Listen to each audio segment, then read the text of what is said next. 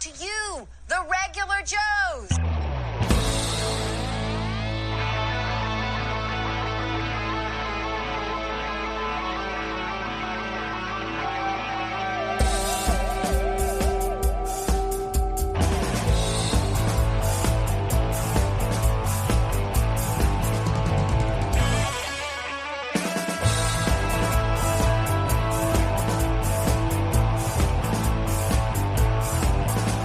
To movies and toys and TV shows, comics and collecting and superheroes. There's no end to the useless stuff they know. But don't call them geeks, they're just regular Joes.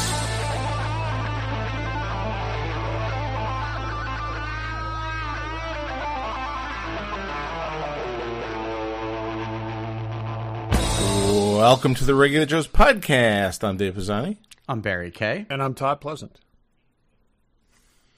That's right. We took a week off. Sorry. What are you going to do about it? If you missed us, we appreciate that. Yeah, the whole have no absence clue. makes the podcast fan grow fonder thing. Exactly. Yeah, it's my fault. I was away to the happiest place on earth, Disney World. I guess it's more happy than Disney World. I find it more happy. And way more happy than Disneyland Paris. That place is just kind of miserable. Well, welcome back. Soaring. It's so funny. I'm gonna just do like 5 minutes on my trip later, but we did soaring, and you fly over like the plains of Africa, and you smell the dirt, and you fly over. In one version, you fly over pine trees, and you smell the pine, and then in the California version, you fly over orange fields, and you smell the oranges. Why, when you fly over Paris, do you not smell cigarettes? I just don't understand. And cheap perfume? Yeah. I just don't know. But we certainly. I could not. I know when we asked our buddy Terrell, whatever, for the best seat, I couldn't remember what it was. Like there's B1. Well, it is B1 is the best place to be. In the middle, top row for soaring. I could not remember when we were there. So we were C1 and it was fine.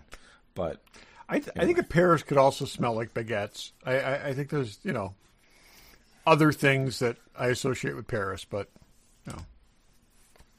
New York smells like garbage and weed. We're just going with the stereotypes here tonight. Baguette was also a stereotype. So the reality of New York City right now is it smells like garbage and pot. That's interesting. That's the two things you'll smell. Anyway. I would say it's a slight improvement over just garbage, because that's what I remember. Yeah. Well, I don't know. Let's see. So we're going to talk about Skeleton Crew. First 2 episodes came out. Next one comes out tomorrow as we record this on a Monday. So we'll talk about that. Please, if you want, there'll be spoilers, and you've been warned.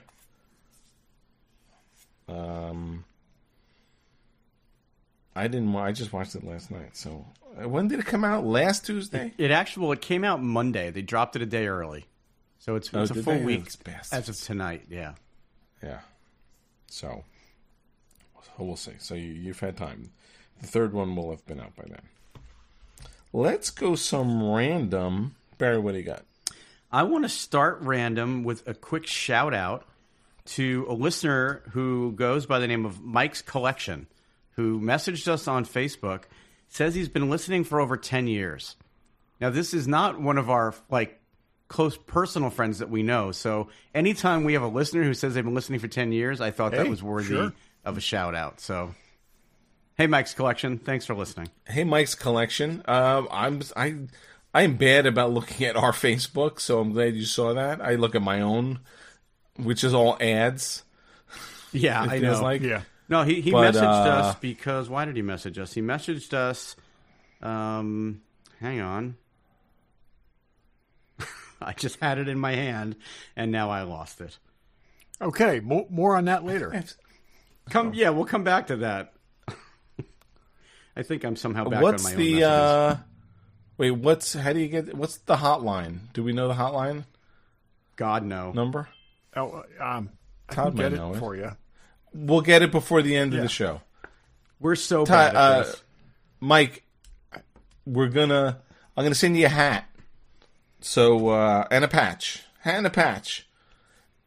So you have to call into the text line. I don't know how else you get to it. I mean, you could Instagram us, but I don't want you. You could DM us on Instagram with your real name and address, or put it on this text line, on this phone line, and we'll send you out something. Thanks. Appreciate that. All right. So anyway, anyone back who's to stuck random. with this crap for 10 years. Yeah. Hey, I appreciate it. We do appreciate it. So I want to jump in, and I don't know, maybe one of you guys had this too, but have either of you rewatched Alien Romulus since we all saw it in the theater? I want to.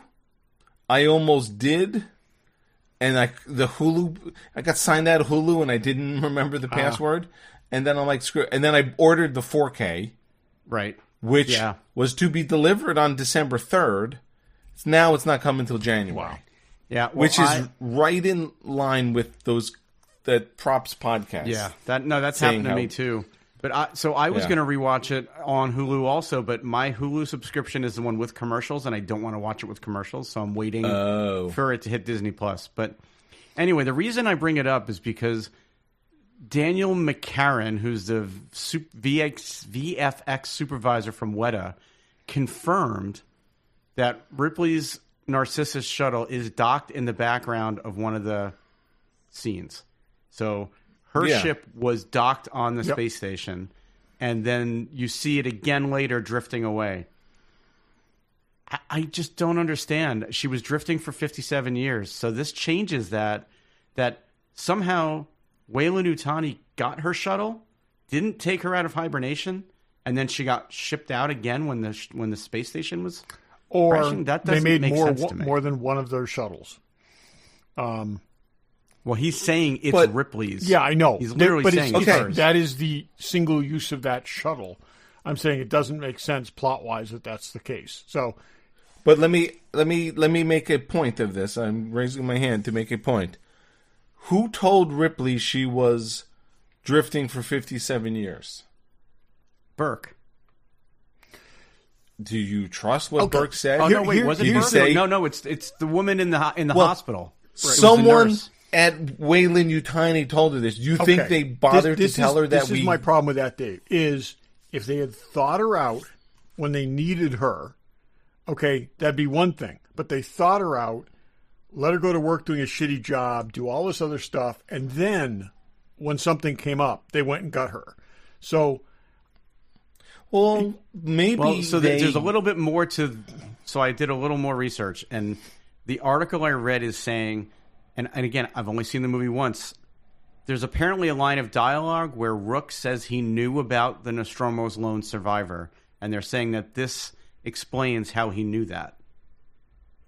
Because how would they have known that there was a lone survivor from the Nostromo at that point in the timeline if they didn't have her shuttle with her in it? I'm just thinking, why, if let's say they grabbed her and then just put her out and hopefully she would let her get picked up, let her not get picked up, why not just kill her? But maybe they just did that and she just got picked up by, junkers or whoever. Maybe. I have not read the comic yet. I still have it. This is the prequel to it. I have no clue if it's in here at all. It just seems a little unnecessary to me to throw that in there. And like I realize said, it's an Easter egg. Using that shuttle, and because again, it's entirely likely there's other applications for that shuttle. Having one of them there makes perfect sense. The Nostromo was probably not a one-off ship. That's what I'm saying. Narcissus and the shuttle was probably a prefab thing anyways. But having it definitively be hers, that's silly. But I know we talked about this, but where do they claim they got the aliens to what we now know they sort of 3D printed the face? So that's the other part of this is that this article said that it explains that the company used the ship's logs from Ripley's shuttle to locate the xenomorph that she ejected out of the airlock. This is all speculation, right? I mean, it's not like the Fede Alvarez didn't come out and say that, right? How many years after the events of Alien is this? Oh, that's a good I question. have in my head 24. It's a but few. I don't know if yeah, that's right. it's not like it was the year after. I think that some time had passed. So, I'm okay. looking it up. So, could they have grabbed the shuttle? Okay. And then with the destruction of this ship, it's just cut loose and floats around again for another X number of years? Yeah, that's what I'm Yeah, saying. and I think that's what they're saying happened. It's just not everything has to be connected, right? We talk about Yeah, that I a know. lot. Do I'm we okay thaw her with out? these Do we two not things. thaw her out? Oh, it doesn't matter. The ship floated away. Right. I could see 21:40. Waylon Yutani saying, "We're not going to thaw her. We're 20 going to send her years. back to Earth. We're not going to thaw her out." And then shit just goes off the We got- rails. Okay. No, that's Yeah, possible. They may totally. not have had time to Totally. thaw her out before that station became non-functional. I don't know. We'll hear more about this, I'm sure. I'm sure. There's probably interviews with Fetty asking these exact questions.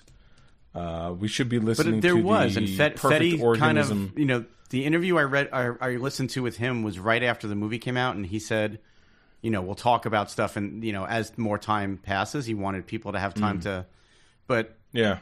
he kind of left it vague. This super effects supervisor guy is basically saying, nope, that's exactly what it was. That's interesting. Okay. It's some interest Yeah. to it. Todd, we got? So there's another trailer out for the Section 31 movie. I watched it. I still don't know what's going on here. It is saw coming that out last January night, too. 24th. So it's going to be streaming on Paramount January 24th. The second to the last line in the trailer is someone yelling, "This is going to be bad." Okay. And I think it's just before like an impact, but that seemed prophetic to me. Boy, everything I hear about the Starfleet Academy show makes me a little more curious and perhaps optimistic. This, I don't know what to think. And Well, the first trailer made me think it was like almost a musical because there was a Yep. lot of Oh, dancing yeah, there's still a lot of that. and high fashion. But Really? then the Yeah, second boy. trailer, at least there was some action in it.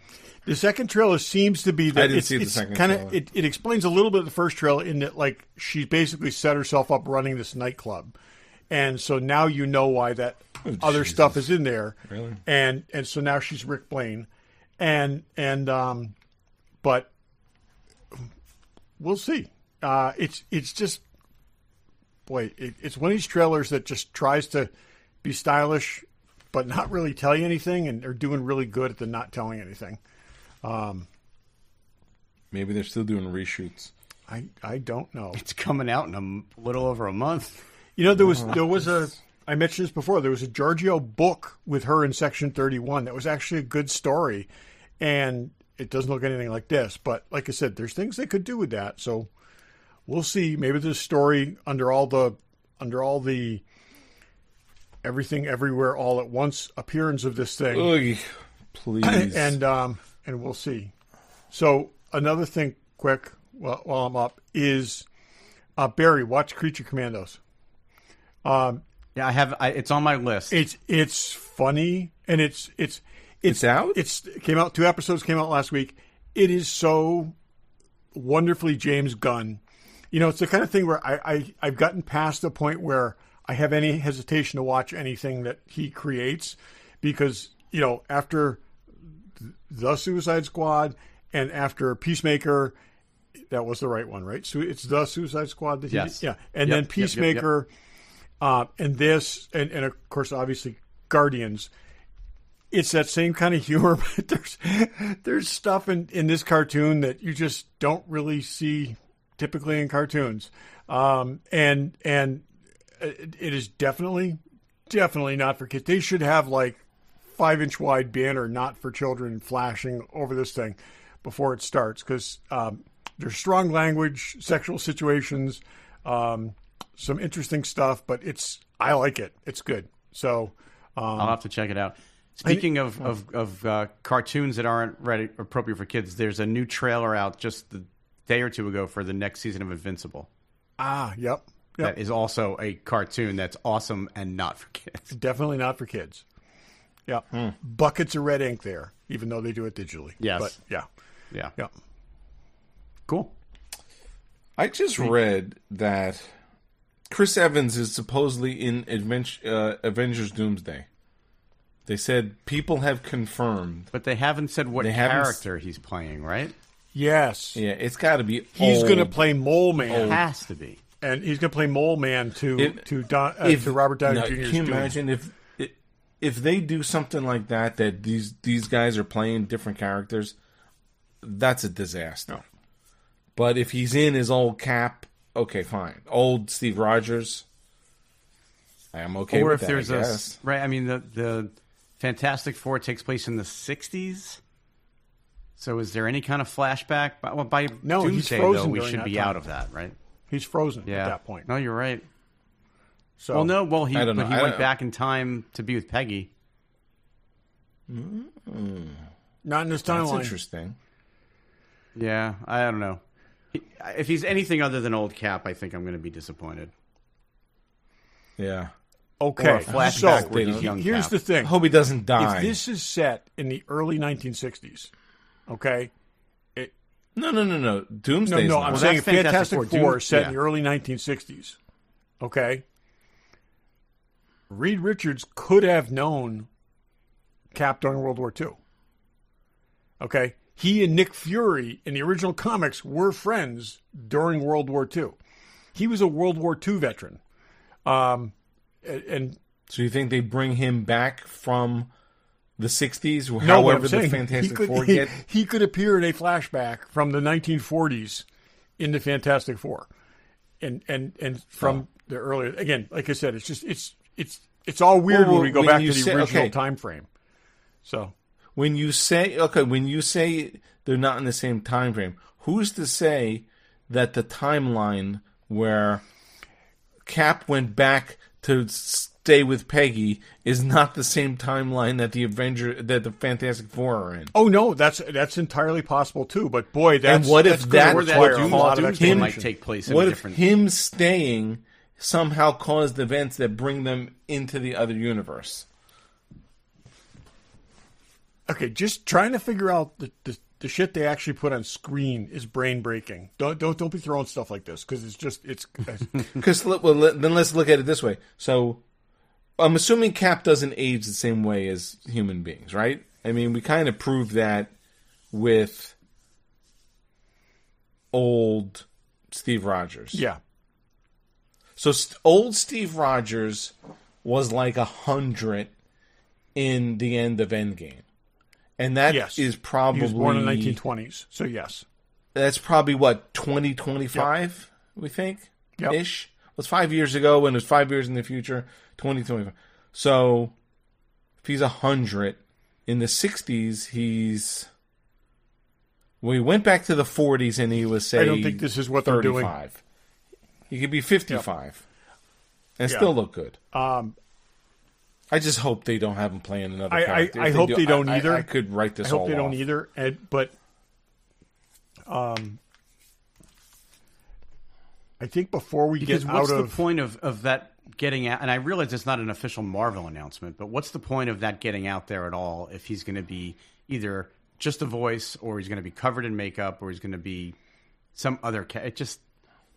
it gets I'm out because curious- it's going to get out. You know, That's exactly it. Why not put it out before they have a picture of him on the set from who the hell, you know? Anyway, we'll see about that. Barry, you got anything else? Yeah, so, and I know, Dave, you never saw the Clone Wars movie. I don't think you did. Todd, I have a poster that I had signed Yeah. by people. Yeah. Oh, no, that's you. I know, Todd, you watched the Clone Wars, but did you start with the movie? with the different animation, the very angular kind of. Yeah, okay. Yeah. No, not that. That was the Tartakovsky cartoon. I'm talking about the thing that kicked off the Clone Wars was a 2 hour or an hour and a half movie. that I've they seen released to theater. I've seen all of the Star Wars animated stuff except Okay. the Ewok Adventure. Okay, so if you It's could think back to surprisingly that movie, nuanced. who's the one character from that movie that you never would want to or expect to ever come back, ever?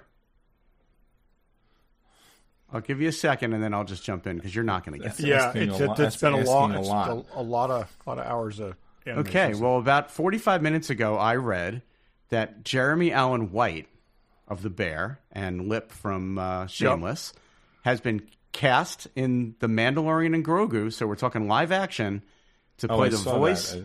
of Jabba the Hutt's son, Rhoda the Hutt, otherwise known as Stinky, Oh, good in the Clone God. Wars movie. Wow. Now, Stinky's coming back, and Jeremy Allen White's doing his voice. Now, why he would speak English, I have no idea. So unless Jeremy's going to speak in Huttese, Well, Vin Diesel did Groot right. with not much. none of this makes sense to me. Not a single thing I just said makes any sense. Maybe it's just a throwaway thing. I mean, Filoni's... You I trust guess Filoni, don't you? if it wasn't reported by Variety, I would not even have believed it. But it was a Variety article. So, there you go. Can you imagine saying, Jabba the Hutt. I'd really like to be in Star Wars somewhere. I'm a big fan. Oh, yeah, I got a part for you. You're going to say this, and then we're going to run it through a digital synthesizer, and it's going to sound like, yeah. But there'll be subtitles. The only Hutt that ever spoke English was, what was his name? The uncle. The one that sounded like, Zero. Zero the Hutt. Remember Zero the Hutt? I remember Pizza the Hut. Yeah, he's No. not. Yeah, Zero the Hutt was. I'm trying to remember who he supposedly sounded like. It'll come back to me. But anyway, he spoke English. The rest of the Hutts always Ladies, spoke. you could write us. You could DM us also This if is you'd dead like to sexy date. right now. I know. Barry. Sorry, ladies. He He's knows taken. this. He knows this Hutt's backwards and forwards. He's taken.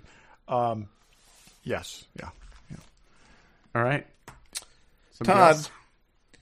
if you could just scrape together $2.9 million, you can own a Tumblr. I'm telling you, I've been looking at it, and I just think yeah. There's someone who bought. I know it was like some sports ball person bought one, but yeah, they're making. Wayne Enterprises is making $3 million tumblers that you could buy, but I do not believe they are street legal. I can't imagine they would be. So I guess unless you have your own acreage to drive them around, I don't know what you do with My it. friend but- Willie texted me when he first saw this, and he suggested that I put in a purchase order at work for this. And I've been trying to think of how to exactly what department would need this, but Security security needs I it. think it makes perfect sense. If you put should dress a up hose as the on it, you could make Joker. it the school's fire engine. We could do you that, go. or like the world's largest doorstop. I don't know. It's Paint it red. But yeah, it's By the way, I looked it up. Zero the Hutt's voice was based on Truman Capote. Those are two names. 99% of the people listening have no idea who they are. Yeah. both for different Sorry to all of reasons. you. Yes. Yep. Yep. Any other random? If I could just add one thing, the phone number to call for the Regular Joe's podcast is 413-422-0004. Not a really hard number to remember, and yet none of us could get to it. Well, no one remembers phone numbers. 422. anymore. Probably been Do you a remember year your since we announced it. 422-0004. What's your childhood phone number of your house? Do you remember that? 413-863-8038. 201-229-2976. So I read an article about this. 826-5478. I read an article about this, and you have kind of a finite memory for numbers, but it's most accessible when you were younger for remembering things. And so this person was talking about how he could remember all these numbers, and I can remember all my friends' numbers, the first phone numbers I knew. That's what- I can remember yeah. two of my early girlfriend's numbers, but everything after, like, I don't know, 78, 79, it's just, yeah, whatever. I can't remember. I have to Yeah, stop Mark and was think. asking, how did people know phone numbers back I have to then? stop and Like, you think of just the were- phone number you knew of 10. my previous employer, and I was there 23 years. 23 years, yeah. But it's It's the like we're thing. all first-generation cell phones in our head, where it's like we've only got a finite thing for 20 space for 20 numbers or something. You know who's not finite? I don't know. Fanboy Collectibles. It's still time to order for the holidays if there's stuff in stock. Or you can order somebody something that's a pre-order and send them a note or print them out a picture. There's all kinds of stuff, including, speaking of Alien Romulus, there's a Hot Toys Aliens from Alien Romulus available. Interestingly, there's a Hot Toys Captain America in the strike costume uniform 2.0. That is one of my favorite Hot Toys. That strike and Captain America. This is amazing. The head sculpt on that is incredible. Yeah. Yeah. So that's a 2.0. If you missed the first round, check it out. Tons of stuff from Iron Studios of all sizes and price levels. Snake Eyes, T-Rex from Jurassic Park, Tomb Raider, Skeletor, Magneto. Did you look at that gigantic T-Rex statue? It's impressive. Oh, it's amazing. It's amazing. Huge. It's gigantic. So by is the the way. Batman and Bruce Wayne statue of him in the thing and the seat and the statue and the whole A deal. comic-accurate Hano Studios Wolverine figure. That one Yes, of us may be that's in getting stock very, very now. soon. We talked about that. That is now in stock. Hot so check Toys all Balin's that skull stuff out. from Ahsoka is also in stock right now. Also in stock, yes. Check them out, filmboycollectibles.com. Check them out at their store in Newtown, Connecticut. The holidays are here. Do something. Buy yourself something. Buy them something. Buy a friend something. Buy us something. We're all here. It's hard to believe that it's the holidays, but they're here. We're mere days, weeks away. It was July 15 minutes ago. Yeah, and now it's December, the middle of December. It's nuts. It's really nuts. But, yeah. Go to Fanboy, tell them the regular Joe sent you.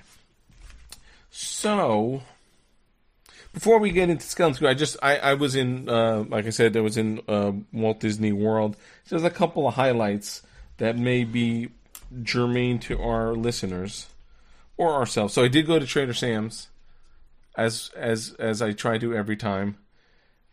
I had the Nautilus, which is not good, but a big drink in the Nautilus. I didn't The buy glass the that Nautilus comes in 'cause is impressive, yeah. It's gigantic. I don't have room for any of that stuff anymore. Do they sell those to and you? I did, If so you you wanted had- to buy that, you could buy it?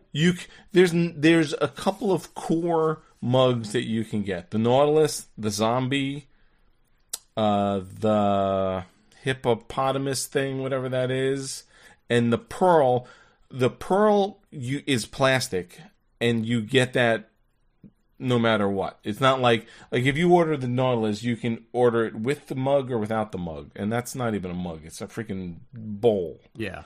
But me and Mark, after we had a Nautilus, ordered pearls, and the black pearl is rare, and I got the black pearl, so that was nice. Oh, is it They're random both- too, or did you ask for it? It's funny. There's a shell, a big giant clam shell in the corner that when the guy goes to open it, it opens up and it sort of automatically pushes one up. So it's sort of in some chute or something. So there's supposedly less black ones, but Okay. we're going to do. So that was fun. What else we did? So we did go to Uga's Cantina, which it's now so much easier to get in, which is nice. And we got a thing at the bar, which is great. It's so much better sitting at the bar. And I did have a Yum Nub, and I did get the mug from that. That's cool. Oh, they Because changed it. Yeah, this is the second version. Oh, I only have the Second first edition. Oh, and see, now I need Yeah. that one. The Yum Nub. This, I'm like, I could drink out of this. This freaking Nautilus, I can't. So it was actually really good. Yeah, I enjoyed that when I got mine. Remember it being Yeah, good. this was and there's a big drink. Mark got Fuzzy Tauntaun. There's like 3 or 4 new drinks. I don't know if the Fuzzy Tauntaun, but it's got this foam on it that makes your lips numb when you drink it, which is pretty bizarre. That's cool. But they do have a couple of new drinks there, which is cool. What else? Nothing else much there, but it's always fun to go in there. Okay, so Rise of the Resistance. We've talked about Rise of the Resistance. It's in Galaxy's Edge. I think it's the best ride in all the parks. It broke down all the time. Really? So when we got there, it was a long wait, and I'm like, we'll wait till later. A little later, it was broken down. Then it was back on. Then it was broken down. Then it got to be the end of the day, and we were having dinner with our friend. So we're like, let's just get on and see. So I don't know if there is now a single rider line. Yep, I saw that. Okay, but I had heard the single rider line avoids the shuttle. Unless you've been to it, you're not going to know what I'm talking about. Those who were, Eben, you know exactly what I'm talking about. So you bypass the shuttle. I also heard you bypass the stormtroopers. You know, when you get it off the shuttle. That's half the fun. That's the coolest part, and I'm like, like, that's what I'm like. I don't. But so I didn't know, and we're like, it's getting late. The ride just literally just opened again from being broken the second or third time. So we're like, let's just go single rider, bite the bullet. The single rider does avoid the shuttle, but it does not avoid the stormtroopers. So you know when you walk out, you're basically in the middle of the stormtroopers. Yep. And then you turn to the right and go into the thing where they're kind of yelling at you. The single rider line lets you to all the way to the left of the stormtroopers. You literally wait there for like 5 minutes. How do you waiting get in? to be called? How do you? If it's not, you get in from a whole other side entrance. Like a side entrance. Okay. So there was a 75-minute wait when the line reopened. We literally walked up in 3 minutes.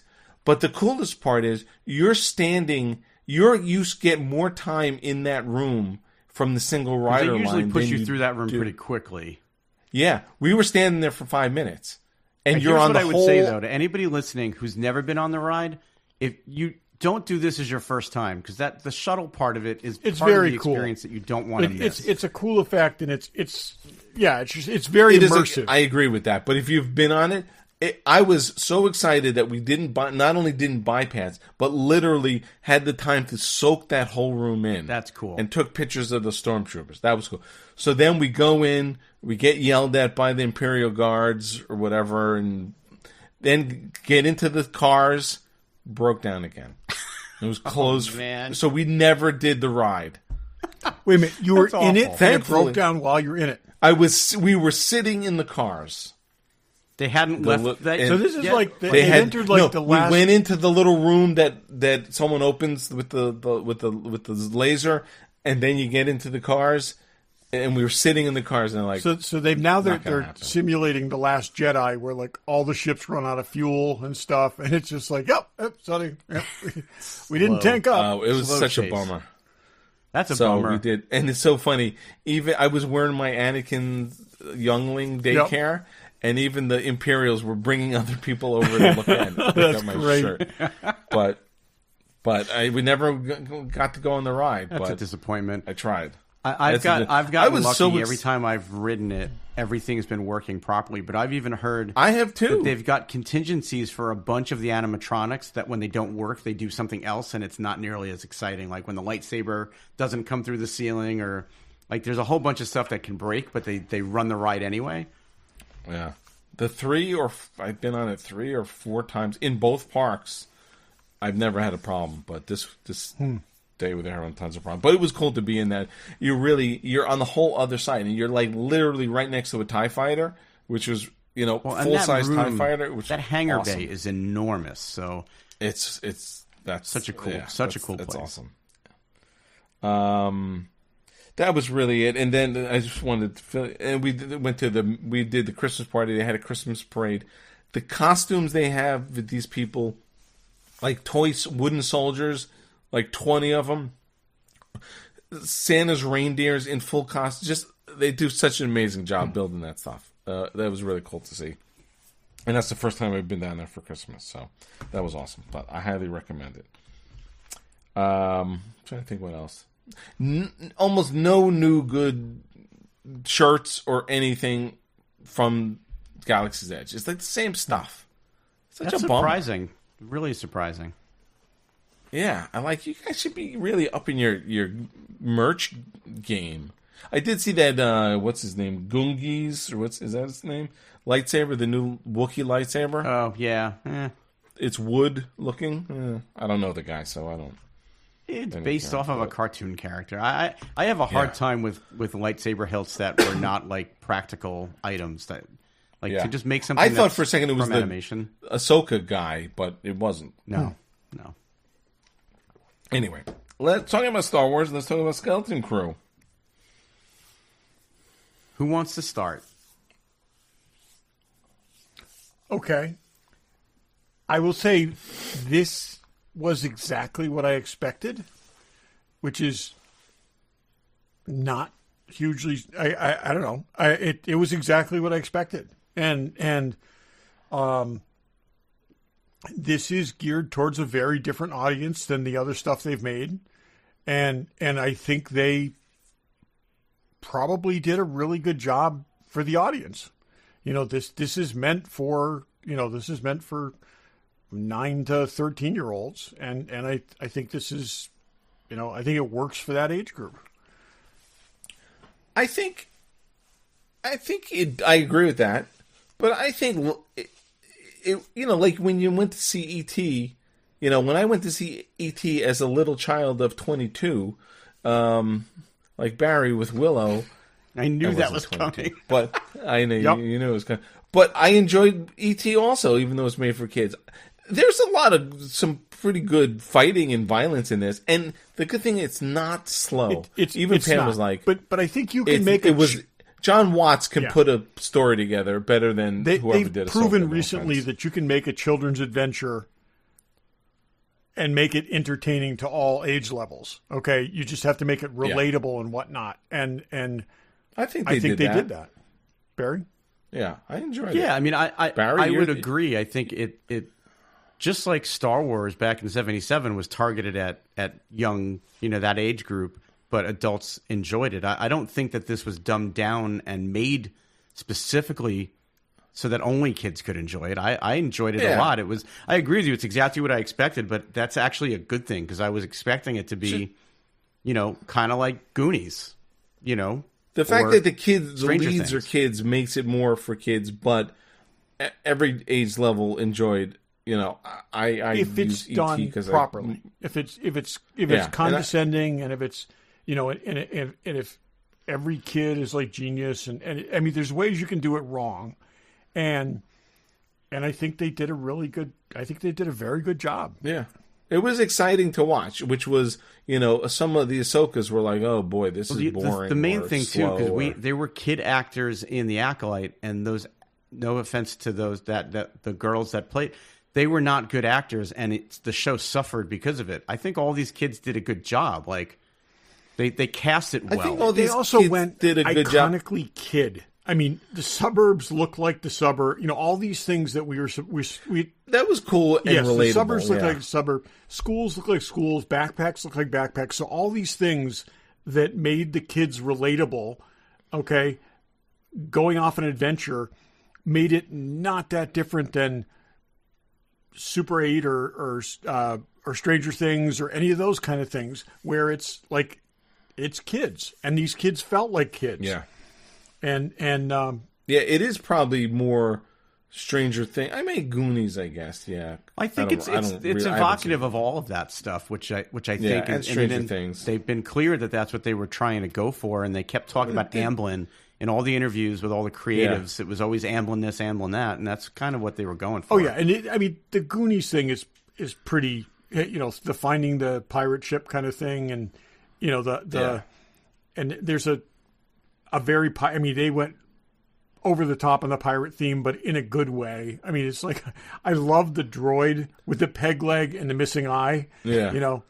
He's Well, and I like that it started off with an action sequence that really wasn't for all that much for kids. I mean, Yep. people were being killed, people were being There shot was a in the lot head. of, even in, was it the second episode when they went to the space station? Spoilers, by the way. There was a lot of action in that, and not like toned down for kids. It was Can I hardcore just stuff. say that They landed on that space station. There was a guy throwing up. oh You've yeah, never no, seen there it. was hookers there. there was a lot of bad stuff happening. Were there hookers in Goonies? I don't I remember. don't think there were hookers and There were Goonies. hookers. no. No, that there were. I'm really happy to see that the Wolfman alien has reemerged. Oh, that guy's awesome. It's so There were a great. bunch If of they do aliens an action actually figure- that popped up that we have seen before, which is another thing. They haven't been doing that in any No, of they these haven't. shows. Have we seen him since the cantina? Have we No. seen that race since? We haven't. That's awesome. I don't think so. no. That what's that guy's? I don't remember. His name is something. But Oh, Yeah, no, I think that's Brutus great or something. because that's That's an awesome character with all the guns. That's a on race him and that's stuff. out there somewhere. He makes a perfect pirate. Yeah. We saw Hammerhead Kid with his weird voice. Well, even in the opening scene when the pirate raid, and I don't remember. I know the character's name is Ishitib. I don't know. He's a weird alien looking guy. Yeah. In that opening shot, he gets shot in the eye. Yeah. And then when we see him again at the port, he's getting a cybernetic eye put in, and then he's got an eye patch. Yeah. I mean, it was like, Yeah. it's definitely targeted at kids, but they're not pulling any punches either. Like, Yeah, it's not. They're not. it doesn't making feel like it's shot on really a volume tame. either. I mean, it definitely Yeah. feels more cinematic than a bunch of the things that they've done for TV. Yeah, there's a lot going on. I with honestly thought when what do we call the kid who looks like an elephant? His Neil. name is His name's Neil. Neil. Okay. Anyways, Neil. I thought that was going to not work at all. When I saw early pictures of him and stuff, and they did just a kinda great doesn't, job making but- him just a regular I think it's a chubby, awkward kid. To me, the main kid I think is the weakest link in this. And I know you got to make the main kid sort of a troublemaker, and not troublemaker. Just he's got to move the story, but he's like he's gullible. He's whiny. I don't know. For once, I'd like to see a little bit of kid with a little something to him. I mean, I like him the least of all the kids. I don't know. I think I like Neil the least of all the kids, but we'll see how that evolves. Neil's at least like totally innocent and like doesn't know what the hell's going on. He and just wants to go This home. kid's just like Yeah, he just wants to Okay, go home. so who is your favorite of the kids? Fern. She's Oh yeah, badass, but, I think. obviously. I mean, this is just it's And her little cybernetic friend. little Yeah, cybernetic they're friend. perfect. Yep. I Wait, will say that's KB, my which one, has to be after the toy store, right? my one thing watching this Oh, was that's her name. She has a name. I her kind of initials. wish she was the lead. Okay. Me too. And but again, they made the choice they made. But I think they're all good. It all works. I know. Why can't the badass be the lead? It's sort of the naive, gullible, wimpy kid is the lead. He's more It's not relatable that he's than wimpy. formulaic. I think he's more of a dreamer than he is wimpy. Everybody I mean, wants he was to be- willing to push buttons, not knowing what they were going to do. Like he was Right. not wimpy. Yeah, everybody wants to be Ferris Bueller, but most people know they're Cameron. Okay, and this is Cameron at the lead. So it's I'm fine with that. I will say there's kind of a Star Trek Prodigy vibe here, and it's like with these random kids on this spaceship and trying to figure their way around and whatnot, and I almost got that more than I actually really liked that when they first found the ship and they were in it, that we as the audience plus the kids didn't realize it was upside down. that was great. Yeah, And that was cool. you That was cool. Didn't really know what it was. They're climbing over all these awkward things, and when you get to the point where the seats are upside down, that was great. Yeah, that was good. Yeah, And I do think that by the end of this, and I'm almost hoping that they don't tie it in a big way to what else is happening in the galaxy at that point in time. But at the same time, there's definitely a mystery with this planet that they're on and why it's cloaked behind a barrier. And I just have a feeling that it'll be cool how it ties in some way. yeah. Because I think it will. I think something's going on there with the Imperials in some way, shape, or form. You think like the Imperials are still fully in charge there, and that's what the thing is? Well, I mean, there's something you going think on they don't because work? they keep talking about the great work that they're doing. Like That they so are that was working my for question. Some kind of like, corporate is this thing. like like Brazil after World War II, where all the Nazis went and hid? And these people don't know what they're doing. Well, the credits he got are Imperial credits. And when they broke into whatever they broke in the beginning, those were Republic. They were definitely showing you, here's Republic credits, but this kid has Imperial credits. You know, because you saw the rebel. Yeah, I bet you that's it. I bet you everybody in the Well, planet they were are also actually very interested in how and clearly they're valuable in a way outside of the world that they're from than they are inside the world that they're from. Did we hear anything about Imperial credits in any of the other shows? I'm trying to think. That vaguely sounds familiar. I didn't think they called them Imperial credits. I thought they were like Republic credits. I thought they were Republic credits too, to be honest with you. Well, I'm saying Imperial because they have the Imperial logo on them. But what was the Republic back then? You know, it wasn't the, you know, that'd be interesting if that is a hidden thing. Or this is like the fact this is that like the space people that they're this telling, is like the Space Brigadoon. This thing has just been in a bubble since before the Clone Wars. Well, why would the they people have that they're those, telling if they had the that, name why of would their they... planet to are laughing and That's saying what that I'm it's saying. like a Yeah. myth. So this, I bet you, this planet has been in that bubble since before the Clone Wars, and those are old Republic credits. No, they had Imperial markings on them, I'm pretty sure. I just Gotta have go a back and look feeling at that. in the same way that the prison on Andor, they don't know what they're making, but we know what they're making. I have a feeling that something's going on this planet that will tie into something that we're going to, by the end of it, we're going to go, oh, that's what's going on there. Yeah, and I bet this isn't the Republic. I really do. It's something weird is going on here. So, interesting that we Old got Republic like credits. a solid 5 minutes of Jude Law.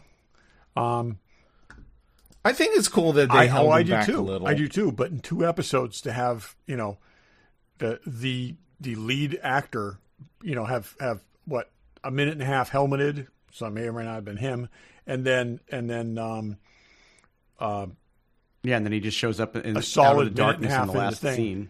Yeah. So It's like the Force Awakens. It's like Luke. Now, do we think he's a Jedi? I think he's got Force sensitivity, but I don't believe he's. I don't think he's going to be cool a if he's. Jedi. I think it'd be cool if he's a Jedi. If you could move the keys, why didn't you do because it before? he has no because way he to had get off that no way thing. to escape. Yeah, And they've got he a could ship. get out of the prison cell, but He could get out he's of not the going prison cell anywhere. any time, but they're just going to grab him, put him back in, and then hide the keys. So Just like the drunk in Mayberry, he knew the thing was unlocked. Exactly. Well, and So- if you think about that way that spaceport is operated, you dock your ship out in the You deep have to water, use one of those, and you've got to use. Yeah. So if you don't have a ship that you're getting to, you're not getting anywhere. yeah. I like how they incorporated all those pirate and naval means or whatever. Yeah, exactly. And actually, one of the ships, this was actually in the background as they were flying in. One of the ships was Colin Cantwell's original prototype for the Millennium Falcon, which was really cool. Oh, that's cool. I love the fight sequence with the robot. When he actually went into action, that was awesome. Yeah, it was great. I love that he had that little mouse living in his eye socket. He still had rats crawling out of his head. That was great. That was good. And we had Urkel was in there. Urkel was in there. So I'm looking forward to tomorrow. You know, as we record this tomorrow night, we get episode 3. Episode 4 was directed by the Daniels. So if it jumps the shark, it's going to be the Everything Everywhere All at Once episode of episode 4. Is that who directed that movie? Yes. Oy. Oy. Yeah, and then Bryce Dallas Howard directed episode 6. I don't know. I have the list here of who directed each one. I don't recognize some of these names. And then John Watts directed the finale. Yeah, he did. I mean, obviously, he knows what he's doing, but pacing was good. Character development was good. You know, it's refreshing from after Ahsoka. After 3 episodes, you're like, I don't know. Not Ahsoka. What was the other one? The Acolyte. Is that Ahsoka? The series we won't speak of. Yeah. Yeah. They continue to whine about. But this has got a really, really good. It's got really good viewer scores. It's got great Rotten Tomatoes. That's what I'm saying, and I sure. think it's because it's not pretending to be something other than it is. It's not. Then they sold it as exactly what it is, and that's so far what it seems to be. And while there's definitely a great story being told so far, the stakes don't seem to be at a galactic level. So you can tell a smaller story and not have these, like the Acolyte had a lot of baggage because they told you right up front that they were going to do something subversive and different and tell a story from the Sith's point of view and all this stuff, and they didn't pay that off. Like, we don't have any of that huge baggage coming into this, which I think makes it easier to watch and more accessible. Yeah. Maybe it'll start smaller and then grow a little bit if it needs to tie into something else. Yeah. Well, I'm excited so far. I actually watched all of it twice, and I'm very excited so far. It's kid adventure formulaic, but that makes it approachable and doesn't make it off-putting. You know, like the father who's distracted and can't really pay attention to the kid, and you know that sort of thing. These are all tropes, but it also kind of gets you right into the story really, really quickly. I think they're doing good with it. It's I'm watching this conscious of the fact that it's not made for me, but I'm enjoying it a hell of a lot more than the last thing. I don't have, I'm not off put by anything that we've seen so far. So, and I would say I'm enjoying it more than the last couple of things. Yeah. Yeah, it's good. Yeah. It was like, oh, it's over? I need more.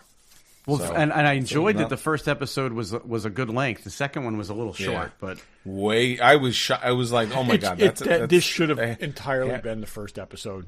I mean, there was, But I knew it was short, and then it felt like it was 15 minutes, which is good because they did pack a lot in that. When it felt longer, so good. So okay, first 2 episodes, 6 thumbs up. Yeah, good stuff. Absolutely. Cool. All right, let's go what's in the box. Show you with the box. Who's in the box?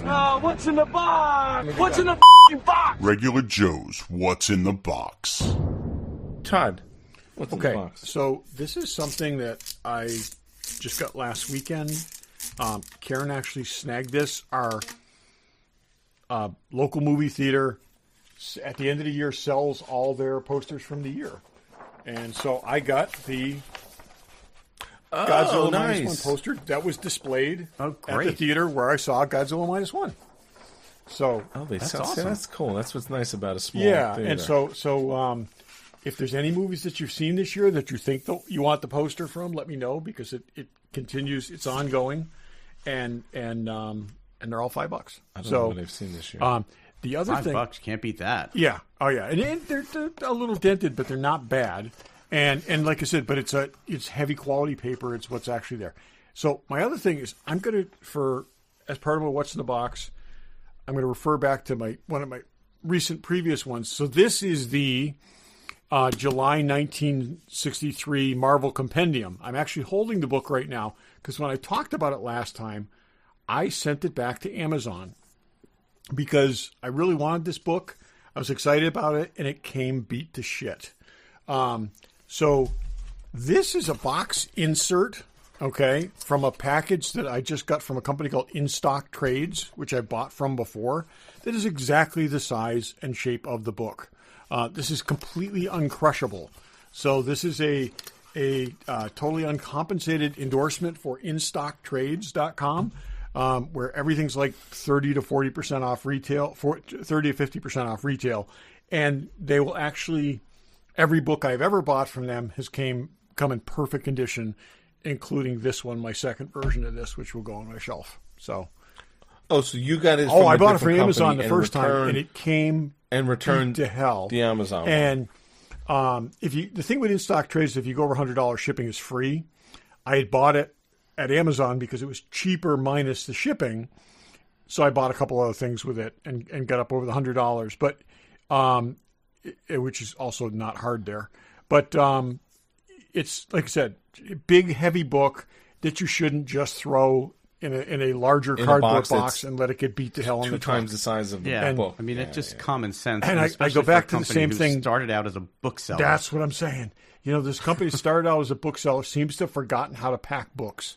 And it just, So this is, like I said, I was I've always been impressed by what they've done, and this is even more impressive. Previously, they sandwiched it and shrink wrapped it, and this now they've got a large insert that actually fits the books, which is really cool. Dave, what do you got? I think too that knowing that a book like that is an expensive book to begin with, and if it arrives damaged, the likelihood is that somebody's going to send it back. So rather than and and then what do they do with a damaged book? They can't sell it. It cost them money to ship it to me, and it cost them money to send it back, and it's pretty beat up. Like I said, it's got 3 crushed corners out of 4, and that's horrible. It's a $100 book originally. It's not cheap, so just stupid. So. Dave, I'm gonna do a book as you're going to Dave. Okay, I Dave. I already handed it to Dave. Sorry. All right, I do have something that was in a box, but I did get it from Walt Disney World. Oh, they had look at the that. C-3POs in stock. So are they still looking for you about your bringing that back, or is that something you bought? No, they bought it. This was the one they were selling on, but Barry and I got it online, and then a day later they're like, "Oh no, we don't have it anymore." Yeah, and I wasn't able to get one. I tried to order one, and they were sold out by the time I tried. I was shocked, and Barry, I would have asked if you wanted one, but I could just fit this in my secondary bag. There's no way I could get 2 of them back. It's in a giant box. Didn't even think that you would see them there. I figured they were sold out. I didn't either. So, did you say what you're holding yet? Who had the? I'm sorry. It's the electronic C-3PO head, basically the Black scale, Series life-size scale, which really looks like you stole it out of Star Tours. I got to say, it really does. It really did a nice job with it. But it was up for sale on Shop Disney or whatever the hell, and it sold out immediately. I remember waiting online, and then the next day I was able to, or 2 days later I was able to get it. But then they're like, so anyway, they maybe between 2 stores they maybe had like 30 of them. All right, so Evan, I'm throwing it out to you. If you happen to be there and you see one, and you can get me one, I would love for you to pick me up one. We've got to ship it to you. You're going to charge you. It's going to cost you $35 to ship it. Well, that's better than not being able to get one. I would have shipped you one. I didn't even think about that. It's fine. If I don't have one, it's really not a big deal. There he is. They didn't ship. So it's got its eyes light up, and then you touch it. Sir, my first job was programming binary load lifters, very similar to your evaporators in most respects. It's Anthony Daniels. I am C-3PO human cyborg relations. How might I serve you? There's It wasn't my fault, sir. Please don't deactivate me. I don't know how many phrases there are, but I haven't heard the same one twice yet. I feel so helpless. We seem to be made to suffer. It's our lot in life. Oh no! Is my head on straight? So anyway, and then you can take. So I'll send pictures on Instagram, but it's the gold one. Then you could take it and make it look like the episode 1 that I have no interest in. Yeah, all the plates come off, and you can have the all the plates come face. off. Yeah. And then there's a wire that you pull out and plug into a different thing, and it becomes the Sith version with red eyes, and it's a different voice from Rise of Skywalker. So it does a lot. It does a lot. I mean, for $120, that's great. It's actually pretty good. It looks scale size, and I got to tell you, it's coated with something that I'm not leaving fingerprints on it. I'm not like sweaty hands touching it. That's impressive, though, because you would think that would be covered in fingerprints after 5 minutes. I wonder if that's going to be available again after Christmas. I don't know. It was limited. I think they only made like 3,000 of them or something like that. I thought it was something like. The parks may have gotten it. It's an expensive item even for the parks, and it's a freaking thing that you got to carry, and there's no way to get it home. But I learned after buying 2 new extra bags on Disney trips to always carry an extra suitcase bag. I have a collapsible bag. Barry, I've done it twice. Yeah, and I have left them at home that I've taken with me now twice out to Skywalker Ranch. Yeah, and brought back I always stuff carry an extra bag places. For sure. It's a trick. You need to do it. I wish I could have got 2, but it's just fine. like... I'm kidding. And Eben, I'm kidding. You don't need to get me one. Okay, but I would like one. So yeah, it's cool. Anyways. So get two. Send one to me and one to Todd. Yeah. Yeah. Well, anyway, but yeah, it's cool. So Barry, what's in the box? Yep, I'm going to do a book also that I believe came from Amazon. It was actually a birthday gift, but my wife bought it for me, and it came in a box. And it's also a big, heavy book that didn't get destroyed, thankfully. That's great. And as you know, I've been dabbling in comic books again, and I wanted the Micronauts hardcover. It's the first 29 issues of the comic, plus the 2 annuals, all in a hardcover bound, beautiful, full color dust jacket, and it's the artwork on this is exactly, reprinted from all the comics. It's just great. I used to read these. I haven't read these since I read them as a kid, so I'm actually looking forward to having a little downtime and making my way through this. But it's a really nice hardcover edition of the. George Perez did that cover, right? Yeah, I think. Well, I don't think so. He's not. No, I think it was. Maybe I'm wrong. Michael Golden. Yes, actually, we got him to sign. Oh, you had him sign it. Yep. That's right. I have the regular issue number 1, and I had him to sign it. But it's Howard Chaykin's also, and Steve Ditko are credited on the top. So there's some interesting artwork. Probably not any of their best work. To be fair, it's a that toy. Cover's it's a way toy better tie-in. than this. I mean, the first Star Wars cover. Oh God, yeah, it is. Yeah. It is. Yeah. But yeah, so I'm excited about this, and thankfully it came undamaged with no dinged corners from Amazon. That's great. Cool. Another quick one. I picked up the 4K Blu-ray of The Thing, and I'm going to watch this over the Christmas break. Did you go on Digital Bits to see which ones were cheap to buy? Well, I went on to see which ones were the reference copies. This was $10 on Cyber Monday. I know. I mean, I also bought Jaws, and that one is for some reason taking a month to get here, but this came right away. So. Yeah, I've been listening to that. So the Props podcast, Stuff Dreams Are Made Of, they have this guy from Digital Bits, talks about 4Ks. And, of course, I've stopped buying 4Ks or Blu-rays or DVDs, but, it makes you want to buy more. Because it's true, the streaming is not quite well, what they said on that podcast is, and I've been saying this all along, the picture quality is not as good, but it's the sound that is where you really see a difference. Yeah. With the full app, and you and I both have Atmos systems. Yeah, and you invest in the 4K projector, 4K, receivers, and all that stuff, and 4K blur. And if you could buy 4Ks for $10, well, that's it. At $35 a movie, I'm not doing it. But I mean, a classic movie like this for $10, how do you not? Yeah. What do you look at the what's it, the double asterisk one? 2 or asterisks something? On the Digital Bits website means it's a it's as good as a reference copy that the studio would keep. Is pretty much what they said. They trashed Aliens. Did you ever wind up getting did. Aliens? They've removed any sense of film grain from it, but I thought it was a really good transfer. Everyone has a big issue. I don't blame. I agree with that. Leave the film grain in. It looks AI generated. It looks like it was shot yesterday instead of it being from the 80s. But no, don't want to do that. But it was. It was clean though, and the sound was incredible. So yeah, but Cameron's a nut for that stuff. Yeah. Anyway. We never talked about the Heritage auction. Oh, we didn't. I thought we were running long, so I thought maybe you were skipping it. But let's just so if the ruby slippers, and you can't have turned on the TV without seeing it. They just sold for basically 5 times the last highest sold prop for $32.5 million. And I know I was in the car driving back from the airport. I wasn't driving. I was a passenger.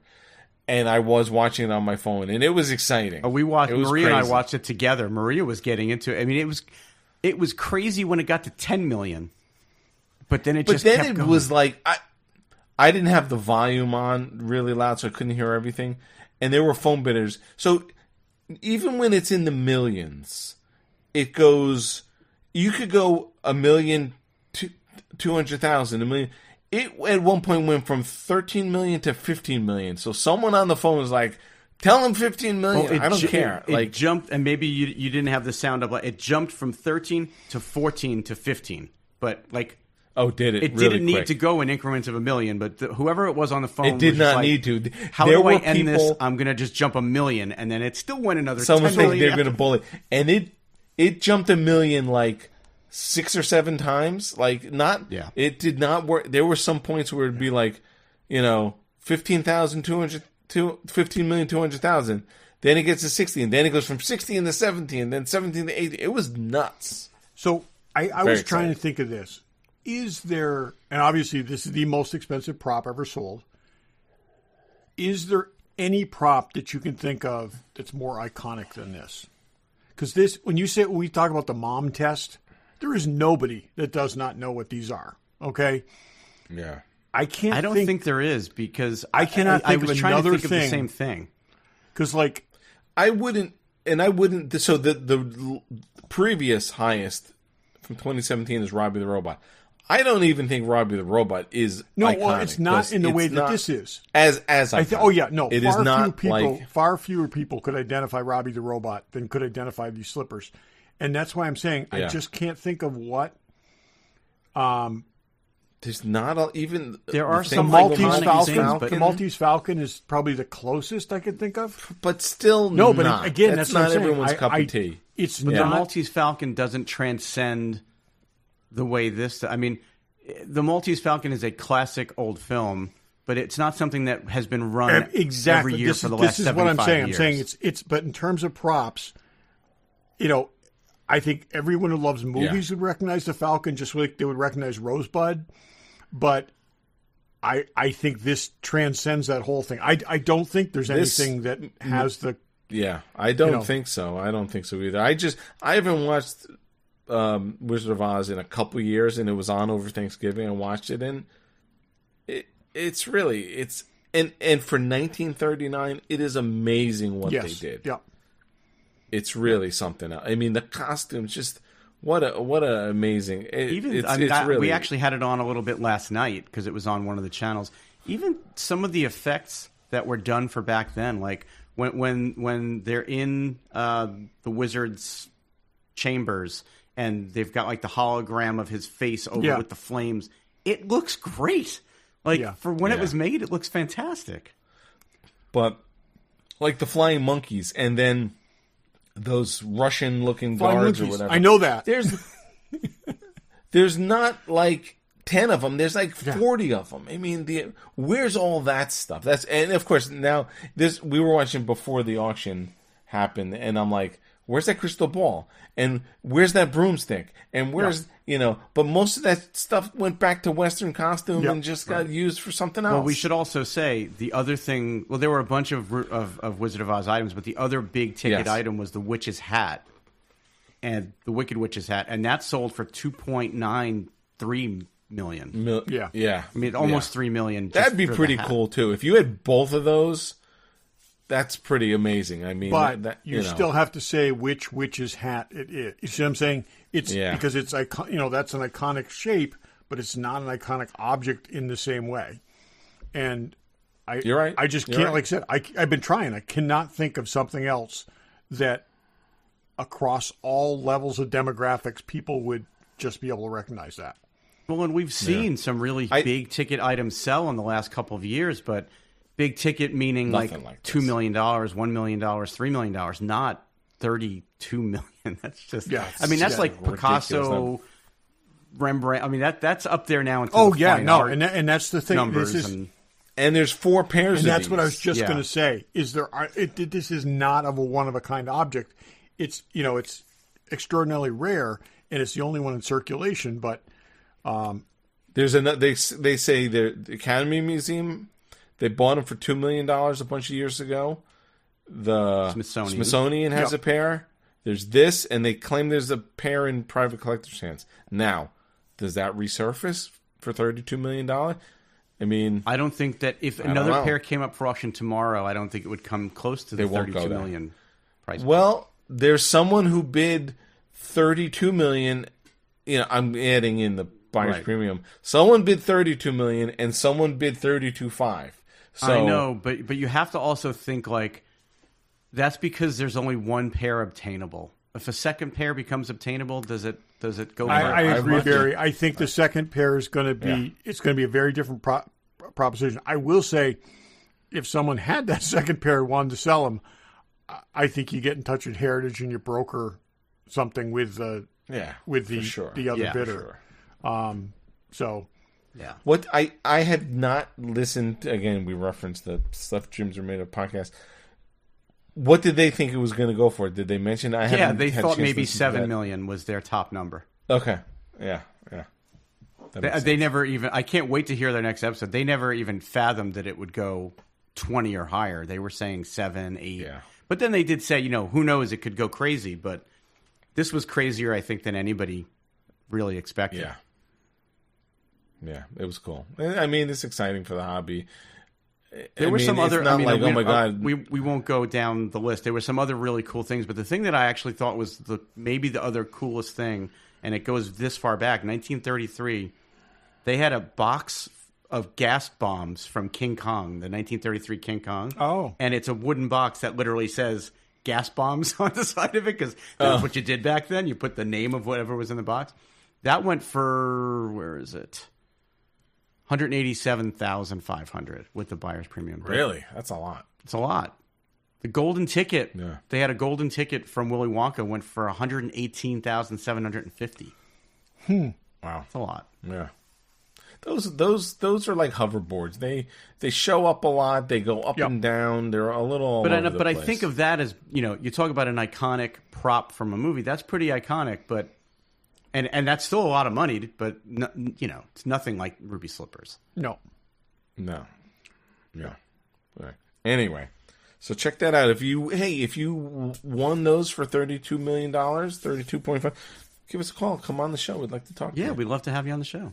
We won't ask you for any money. Todd, we do have a last thought. Yes. So just a few weeks ago, one of our good friends, John Cozen, passed away, and we didn't want to go without acknowledging that. We've known him for a long time. We knew him from the various G.I. Joe shows. He also for many years did a local show. Dave and I have gone a few times. We went to Todd and I sold there, and just always well run. Just a really, really great man. Good friend to everybody in the hobby. Was ill for a long time. Had a very tough road. Yeah, had a really tough last couple of years. And, long, hard fought battle. Yeah. But like you said, I don't think I've ever met a nicer human being. No, and that is just it. The nicest and it was to everybody. Yep, and you won't find anybody in our hobby that would say otherwise. And just a super, super good guy. And and stayed so positive throughout through a lot of difficult stuff. Yep. Yeah. So, like I said, it's a loss for all of us. Our thoughts go out to his family, and we will be thinking of him. So yeah, it's a shame. Rest in peace. Yeah, rest in peace, John. Yeah, he's also so always happy, always and doing a lot. Yep. I mean, always involved in a lot of different things with the hobby and stuff. And again, as we said all the time, it's the hobby is not. It's about the stuff, but it's also the people. And absolutely. And we lost one of the really good ones. Well, and if you can get involved in a good hobby that you enjoy, that you're involved in it long enough, it stops being about the stuff after a while, and it really does become about the community. And John was a staple in our G.I. Joe collecting community. So for sure. All right, we are winding down 2024. Shockingly enough, so I'm not announcing any shows, but we'll be doing a couple things. We should tell the audience that we actually did a short little planning session before we recorded, and we have a plan. Well, Barry did one, and we listened. Bizarre as it is, and it made sense. Have plans. We have a plan for like the next 6 episodes, people. It's crazy. We have a plan for 2 of the next 6 episodes. I think 3.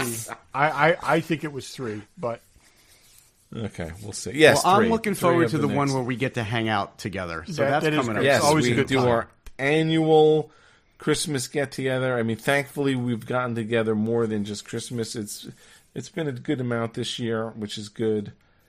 And we'll do it again for Christmas. We have the regular Joe's gift exchange. We should invite the other guys in, so we have to buy for Five for people. 4 people. Yep. I mean, can you imagine? We can all chip in and buy Daryl a Disney poster. Yeah, he's got It's enough. going to take more than 5 of us. 4 of us. Yeah, we take, Exactly. take the entire listening audience for that. Cool. All right. We got, like I said, we got other stuff coming up. We got a couple of end of the year shows, some beginning of the year shows we're doing, all fun stuff. Yeah. And thanks for listening. Thanks for listening. Thanks for listening.